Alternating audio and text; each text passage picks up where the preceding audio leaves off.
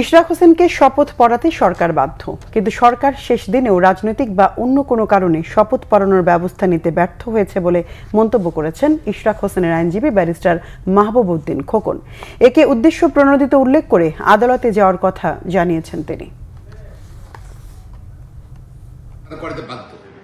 এখানে তো ইশরাক হোসেন তো চেয়েছিল, সে সামনে সামনে করেছিল, তারপর ঢাকাবাসী দিনের পর দিন আস্থা ছিল, লিগাল নোটিশ দিয়েছে, চিঠি দিয়েছে, সর্বশেষ আজকে রিমাইন্ডার চিঠি দিয়েছে সকালবেলা যে আজকের মধ্যে লাস্ট ডে আজকে শপথ করানোর জন্য। সরকার কিন্তু ইচ্ছাকৃতভাবে রাজনৈতিক কারণে বা ভিন্ন কারণে হতে পারে তারা শপথ দেয়নি, প্রদানে ব্যর্থ হয়েছে। শপথ পড়ানোর জন্য আমরা আদালতে যাব, যেহেতু সরকার পড়া নেই, এটা তো আমার তো কোনো ফল নেই, ইশরাক হোসেনের তো ফল নেই।